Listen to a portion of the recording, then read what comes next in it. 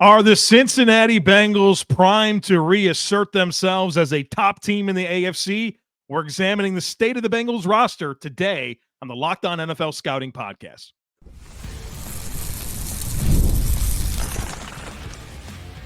You are Locked On NFL Scouting with the Draft Dudes, your daily podcast for NFL and college football scouting. Part of the Locked On Podcast Network, your team every day. What's better than this? It's guys being dudes here on the Locked On NFL Scouting Podcast. We're the Draft Dudes. I'm Joe Marino from Locked On Bills. He's Kyle Crabbs from Locked On Dolphins. And we are your NFL experts here with you daily to talk team building across the league on the Locked On NFL Scouting Podcast with the Draft Dudes, part of the Locked On Podcast Network, your team every day. I want to issue a big thank you, shout out, and welcome to our everydayers, those of you who make Locked On NFL Scouting your first listen every day. We appreciate y'all being here very, very much. Today's episode is brought to you by Game Time. Download the Game Time app, create an account, and use code LOCKEDONNFL for $20 off your first purchase. Terms apply. Joe, Bengals, AFC North coming to a close. We will bundle it all together on the show when we rank each position room for all the four teams that we just did. I know for a fact we've already made everybody upset with the individual team analysis. I'm sure that will continue here with the Bengals, but we've looked at the tape. We've assessed the players. We're going to put them into buckets to quantify their value as NFL starting talent and primary players across a roster. And our objective is to put players into cornerstone, quality starter, adequate starter, replacement level, rookies, quality depth, practice squad caliber players, incomplete evaluations, and non-roster caliber players. It's our fourth team doing it. If you've missed the rest of the AFC North, finish this show. Go back and watch the other ones. You can find it on YouTube or wherever you listen to your favorite podcast. Kyle, people who are fans of NFL teams love their favorite team. They love them. Fan is short for fanatic. And they certainly don't want to hear criticisms. Constructive criticism. Constructive criticism that's rooted in research and time studying. They don't want to hear anything that's not good about their favorite team, especially this time of year where hope springs eternal, right? Every team is going 14-3. I did the playoff predictors. Or at least every team's winning 10 games. Even though we have the entire sample size of the history of the NFL to realize that doesn't happen, not your team. So I get it, right? Like, you can criticize your team, but man, this guy from Locked On Bills, this guy from Locked On Dolphins going to sit here and say things about my team. Come on now. Can't have that. I think what is important to know is you and I were doing league-wide coverage before we were doing team-specific. That's true. That's a good point.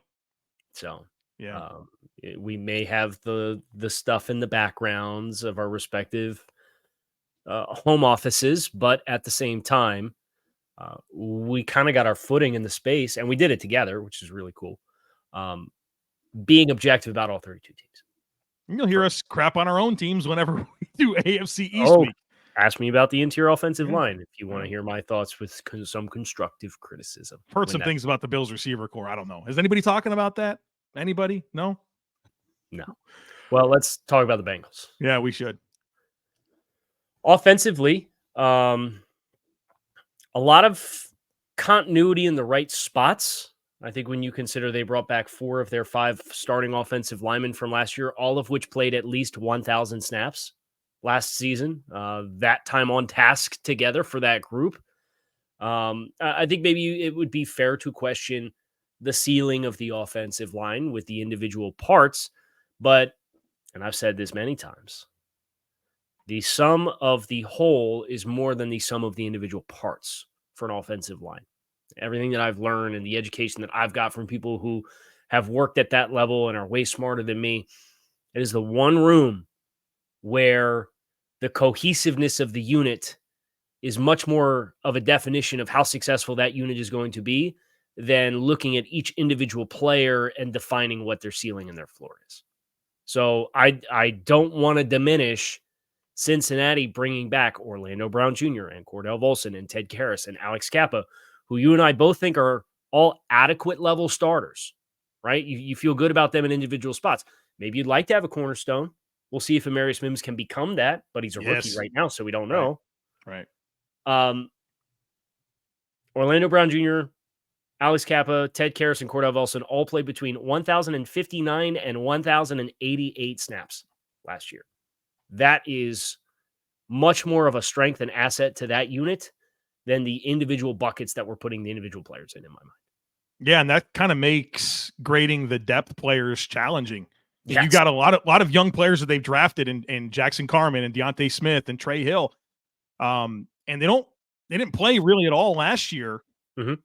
But you can tell that there's a level of confidence that Cincinnati has in those players because they haven't been more direct about bringing in more talent, right? So I think while we haven't seen them a ton, 2 years ago we got to see a little bit, but the fact that Cincinnati's continuing to tell us that they're happy with a lot of these pieces is pretty significant. And of course, swapping out Jonah Williams. So I think it was time, right? Like I think he's kind of is who he is in the NFL. I think there's limitations there. I don't think he loved the idea of playing right tackle, did it anyways. And now he's with Arizona. We'll see how that all goes. But you bring in a Trent Brown, who's got a lot of experience that certainly fits their prototype of massive tackles. And now you do have that upside piece, right? You talk about where do you get this like star power for the offensive line? Amarius Mims is a rare dude. That guy has everything to become an absolute monster in the NFL. And so I think that's the exciting piece of this offensive line is I think your ceiling comes from when he gets in the lineup and how good he is. Well, case in point, the year that they went to the Super Bowl, the year after that, they invested a ton in the offensive line, right? Yeah. And the only investment that they made was the player who has been the revolving door at the right tackle spot the past few years. So right. I think that is all of the evidence that you need that they are still invested there. And that does echo the confidence that you alluded to. I love the upside of Amarius Mims. It's just how quickly can it come together? The flashes of dominance are overwhelming on tape. It's the right word, overwhelming, yes. 8 career starts at the college level, right? Yeah. So you just don't know how quickly that can materialize. If you told me there was a player for him to work behind or work alongside in that position room, another freakishly large tackle in Trent Brown, who took a little bit of time to gather his footing as an NFL player, but then eventually did develop into, at times, a quality starter, I think was probably where he peaked as a player. I think that's a great player to have in the room with Amarius Mims. And I would not be surprised if soon before long, Amarius Mims laps Trent Brown and does take that right tackle spot. Let's get into the skill players. Yep. Where we've seen some turnover. Joe Mixon's no longer here. Tyler Boyd's no longer here. Their tight ends, they brought back Sample in Hudson, right? But those are not necessarily a guy, right? Like I think those are good quality depth pieces, but do they have a guy? And this is an interesting scenario for Joe Burrow, who returns from injury. And let me start by saying this. I think the world of Joe Burrow. I think he is so good.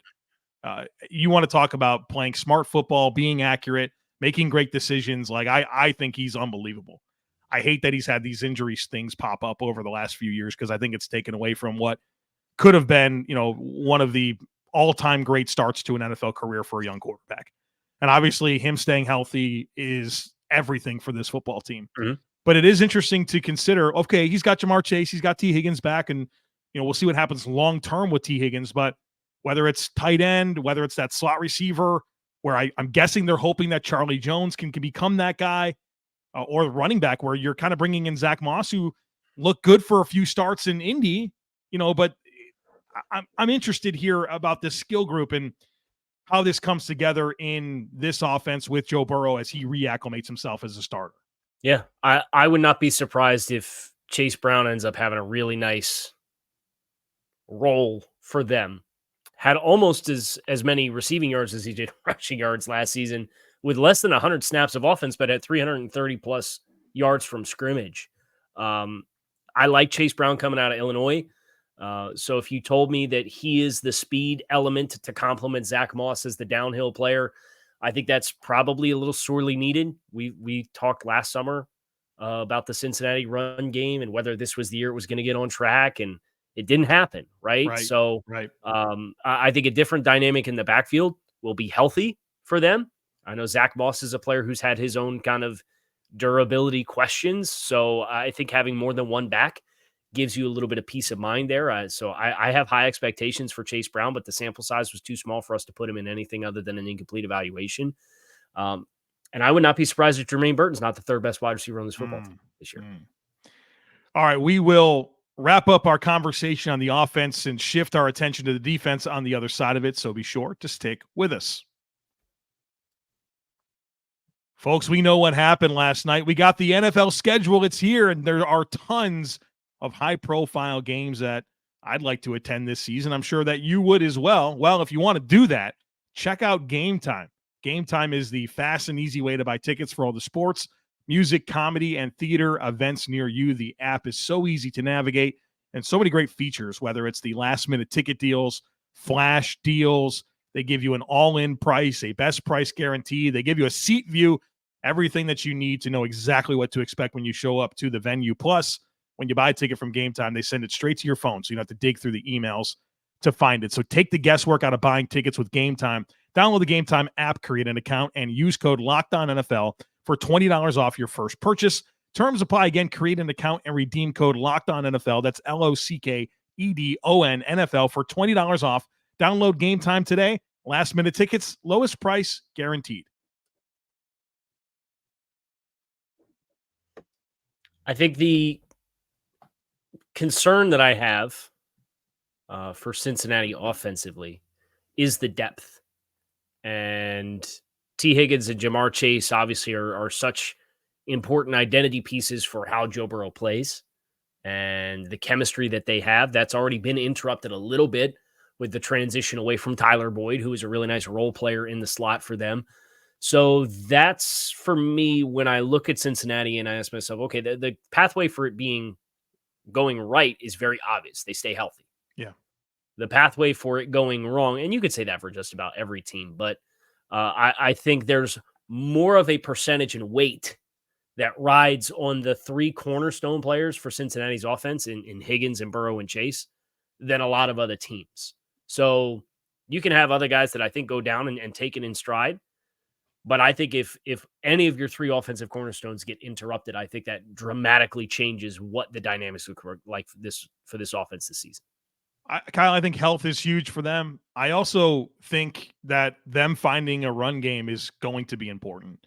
That division it's running the football is critical for all the teams. But Cincinnati, whether it's been volume, right? A lot of times they don't try to run the ball. But even the efficiency is just not there. Since Zac Taylor's been the head coach of this team, in terms of yards per attempt, they've ranked 24th, 27th, 26th, 29th, and 22nd. And I don't know that I look at this and feel like there's new dynamics in place that says to me, we're going to run the ball better. Like, this is going to be a better part of our operation. And I think that would be so helpful for what this team can be offensively and being more two-dimensional, right? I think that's kind of the issue with them, in my opinion, is they've never been able to show themselves as a two-dimensional offense. And I think that's where they can really elevate their performance. Obviously, they've had some great seasons. Like, I'm not taking anything away from it, but I think that piece would be so big for them to, get over the hump. Yeah, to achieve their big picture aspirations. Let's go to defense, where the front, I think, is where you get really excited for Cincinnati. Trey Hendrickson's trade request, it sounded like he already kind of dismissed it. Dude. It's like, yeah, no, we're going to play. I pay zero. If a Bengals player says they want to get traded, just act like that didn't happen. That headline means nothing. Yeah. But Sam Hubbard back, Myles Murphy, first round pick from last year, says he's now in football shape after not being in football shape last year, according to himself. Okay. BJ Hill, quality starter for you.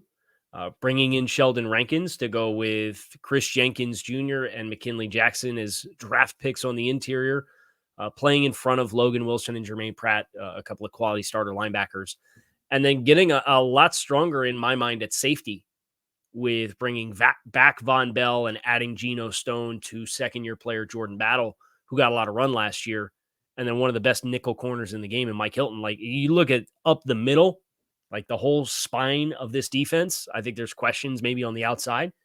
But the entire front back through the safeties up the middle, you feel like this is a really good group and has a lot of continuity.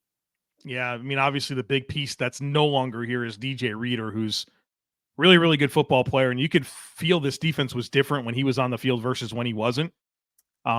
So bringing in Sheldon Rankins, I think that gives them a lot of pass rush ability. And then, they did invest in a couple of young defensive tackles that I'm hopeful for, especially Kris Jenkins. But their depth on the edge in particular, I think, is really good. I mean, Hendrickson and Hubbard's a really good pair of starting edges. But Myles Murphy did kind of come on a little bit later in the season. I like what's happened with Joseph Asai and his trajectory. Mm-hmm. And I think Cam Sample has been like low-key a nice quality depth player for them as well. So that's a rock-solid situation. The challenge is you got some high-volume snap takers in Hendrickson and Hubbard.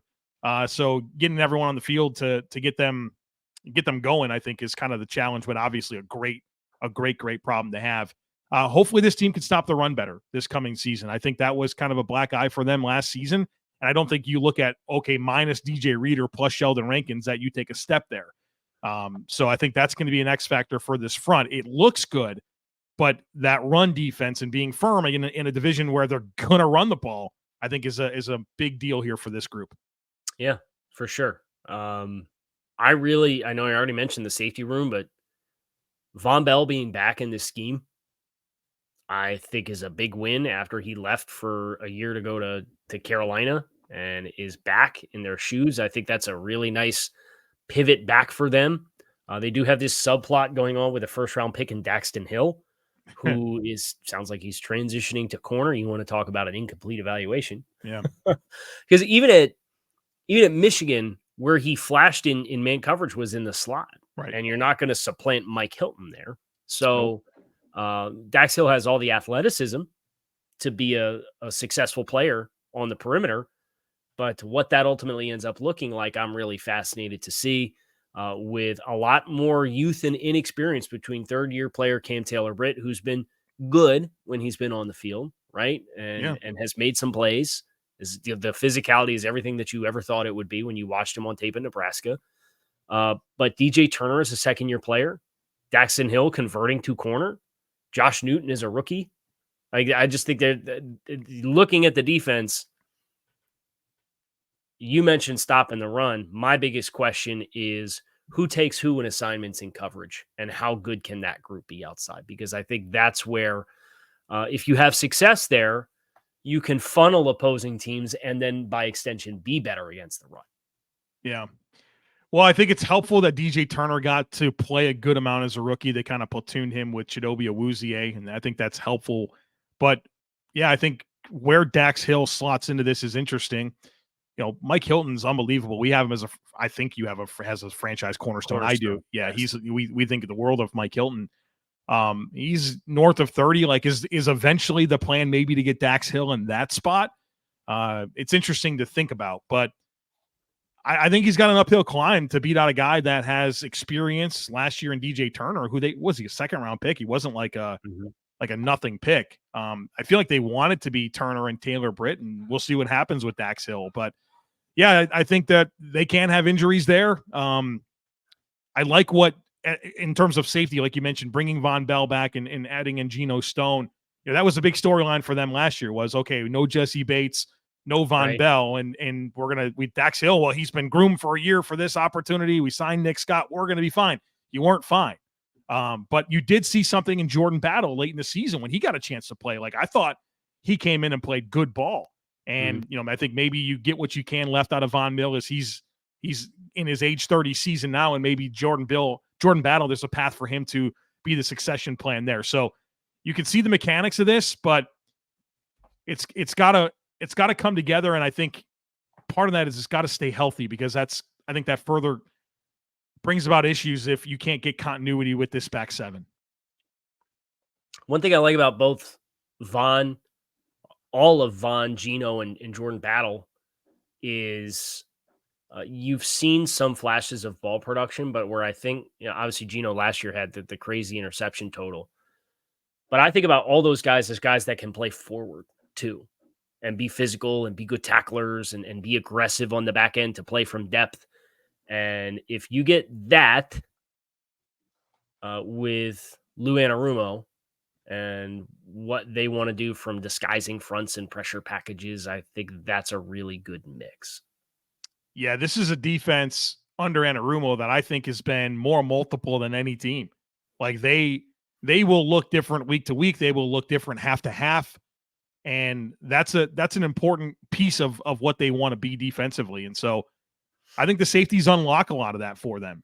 And Vonn Bell, I think, certainly elevates the floor of that group. And, Geno Stone, I don't know that he's like 7-8 interceptions every year good, but he made plays when he was given that opportunity in Baltimore and parlayed it into this contract. And, I think that this safety tandem makes me feel better than what it did last year. So, and this is the last thing that I'll bring on that, but I don't think we can underestimate the value of that group because, as you mentioned, last year the storyline was you lost both your starting safeties. They were dead last in the league in net yards per attempt defensively. 7.1 net yards per attempt was ranked 32nd in the league.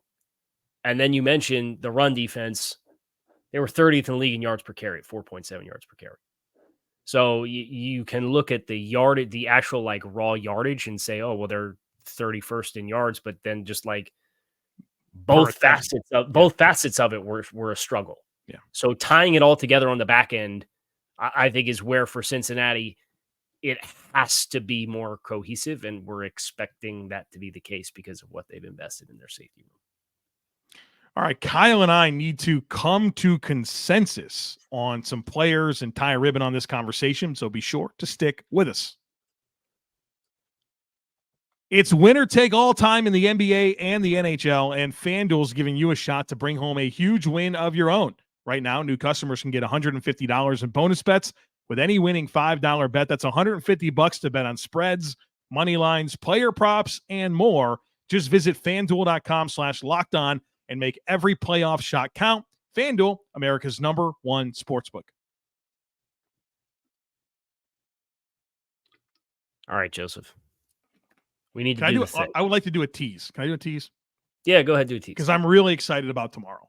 And so if you've been with us this week, listening to us talk about each of the AFC North teams, you do not want to miss tomorrow, because tomorrow I think is where the anger is going to come, because we are going to rank all of the position groups within this division. And those are always very buzzy. They're always very fun. I love that we have a very methodical process to do this consistently. And so we will share with you tomorrow how each AFC North team ranks in terms of each position group. All right, so I'm going to preemptively jump in here and tell you that I'm going to meet you on Trent Brown. Okay. The biggest issue that I have had with Trent Brown is every time I have watched Trent Brown, it's been really, really good or really, really bad. And I think that consistency issue, there were some games last year where just really struggled. Coming to Cincinnati, short-term deal, right? It was 1 year, 4 and some change, I think is what it was. So there's, if there was going to be the motivation to piece it together and be a little bit more consistent, and then you have a rookie tackle pushing you for playing time and you're trying to extend your career, okay, like I see some dynamics there where I think you maybe get a little bit better version of Trent than what he had. Some really strong performances last year, but he also had some really awful performances last year. So yeah, especially if I take the aggregate of it, I'll thread the needle and put it right in the middle. I think that's kind of where I'm at headspace wise. He definitely checked out last year for New England. Like 100% that happened, had an injury, came back, and he was done. So he can provide a reasonable floor. But I think obviously you want to get Mims in there when he's ready. Mm-hmm. Mike Gesicki, we have to come to consensus on. Yeah, you're not going to, I'm not coming off it.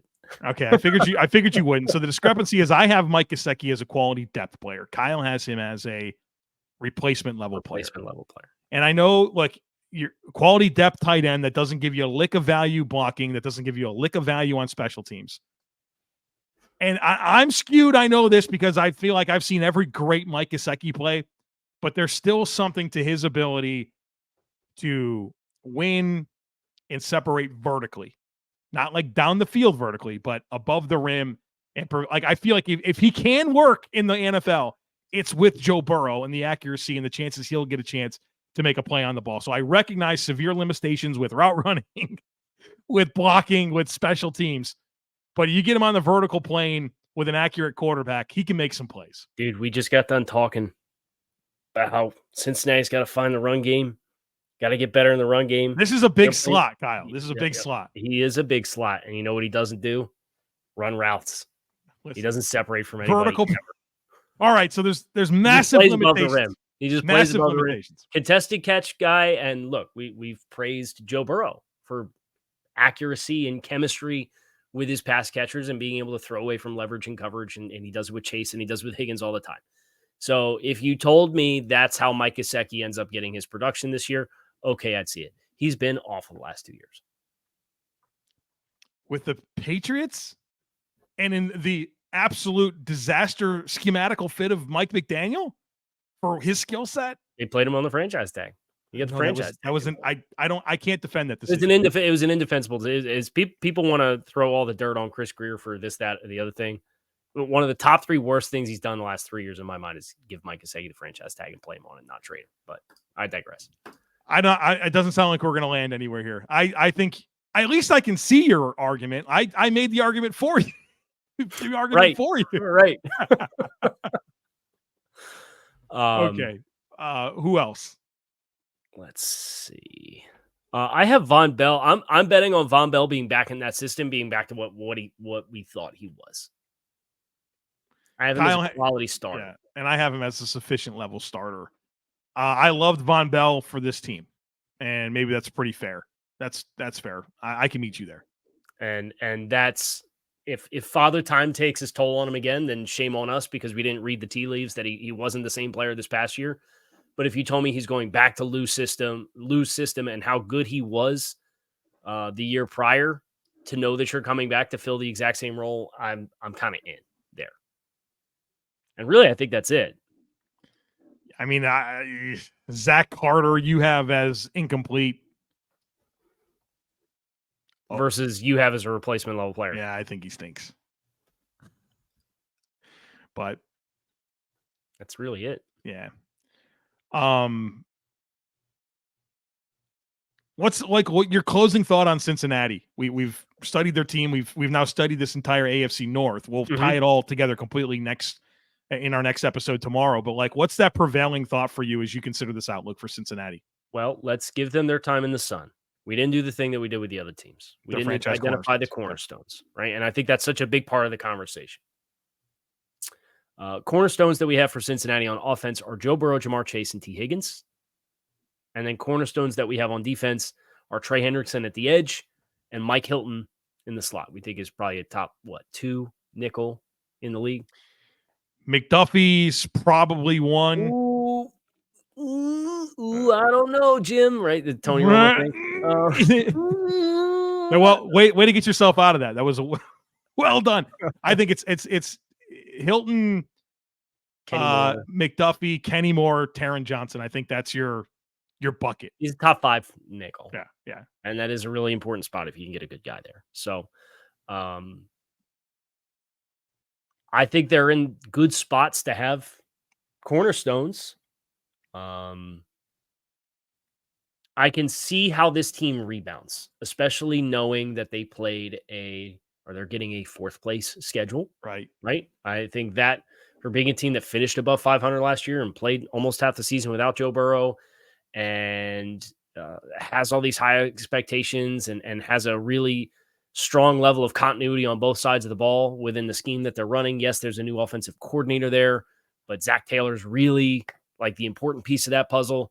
I could see how you climb back into the mix if you're the Bengals.